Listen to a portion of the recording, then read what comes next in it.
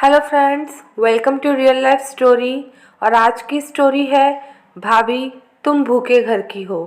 बहुत अच्छी कहानी है, पूरी सुनिएगा और अपने सजेशंस कमेंट सेक्शन में ज़रूर दीजिएगा। एक दूसरे की आंखों में आंखें डालकर बड़े प्यार से कहते हुए बाय मोना। तब जवाब में मोना ने भी अपने पति विकास को बहुत प्यार से बाय कहा।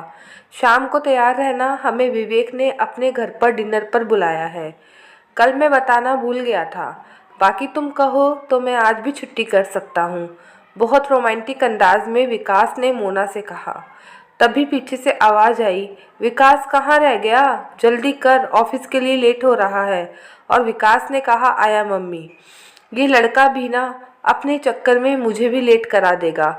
दरवाजे के गेट पर चक्कर लगाती हुई रमा जी, विकास की मम्मी ने कहा, बाय विकास, बाय मम्मी जी। तभी मोना को भी उसकी सास ने बाय किया। उसके बाद रसोई घर में मोना अपने बालों को बांधते हुए अपने घर पर काम वाली से कहती है, अरे अनु, तुम चाय और पराठे तैयार कर दो, तब तक मैं मंदिर में जोत जला कर आती हूँ। और हाँ देखो, साक्षी दीदी उठ गई हो तो उनके लिए भी चाय नाश्ता बना देना। तब अनु ने कहा, जी भाभी, और साथ में तुम अपने लिए भी बना लेना चाय नाश्ता, बाकी काम बाद में अपन दोनों देख लेंगे। ठीक है भाभी जी, खुश होते हुए अनु ने कहा। ए लड़की, यहाँ से उठो, यहाँ मैं बैठूंगी।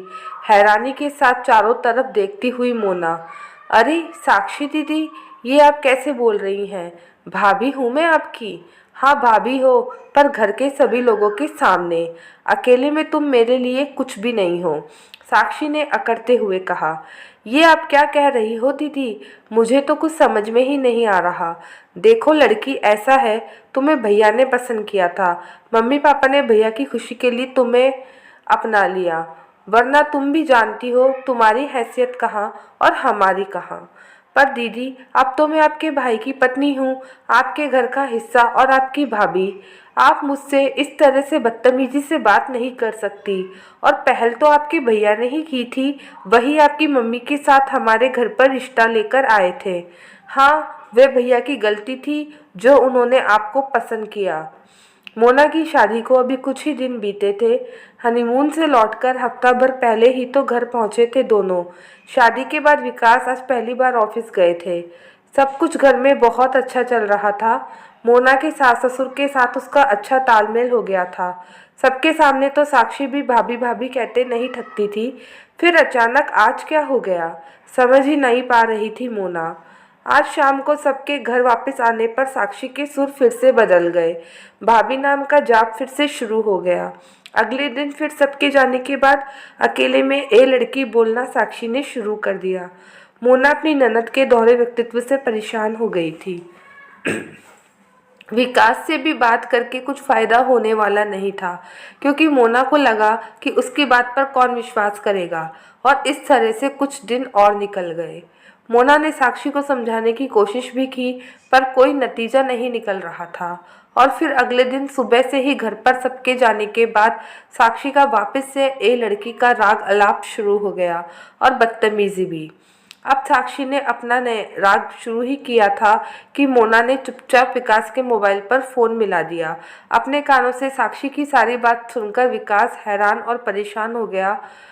तुरंत आधे घंटे में विकास अपनी मम्मी के साथ घर पहुंच गया। साक्षी, कहाँ हो तुम? भैया, आप इस वक्त यहाँ?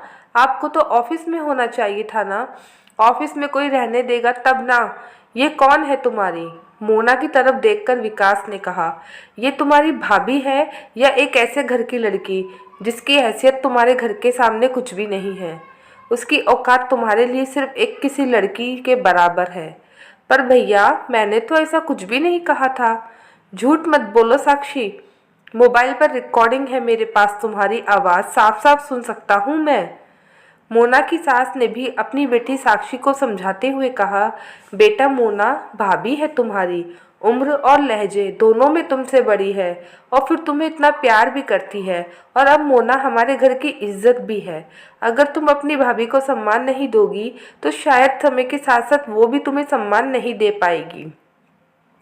क्या तुम्हें अच्छा लगेगा कि मोना भी तुम्हें ए लड़की कहकर संबोधित करे? तो साक्षी, अपनी भाभी से माफ़ी मांगो और आगे से ध्यान रखो। मोना, ये लड़की नहीं भाभी है तुम्हारी, और तुम्हें उसका सम्मान करना है क्योंकि भाभी माँ समान होती है। और अगर तुम मोना का अपमान करोगी तो इसका मतलब तुम अपनी माँ का अपमान कर रही हो। तो बताओ, क्या तुम अपनी माँ का अपमान करना चाहती हो? साक्षी को अपनी गलती का एहसास हुआ और उसने स्वीकार किया कि उसने मोना को बहुत नीचा दिखाया है, और हाथ जोड़कर अपनी भाभी से माफ़ी मांगी और उसके गले लग गई और बोली, मैं इस लड़की को भाभी नहीं बल्कि भाभी माँ बोलूँगी। क्यों, सही है ना मम्मी? और ऐसे घर में हंसी खुशी का माहौल वापस से लौट आया। घर में हंसी खुशी का माहौल लाने में साक्षी की मम्मी यानी मोना की सास का बहुत बड़ा योगदान रहा, जिन्होंने अपनी बहू का पक्ष लेते हुए अपनी बेटी को सही गलत समझाया। दोस्तों, आपकी इस बारे में क्या राय है? Comment section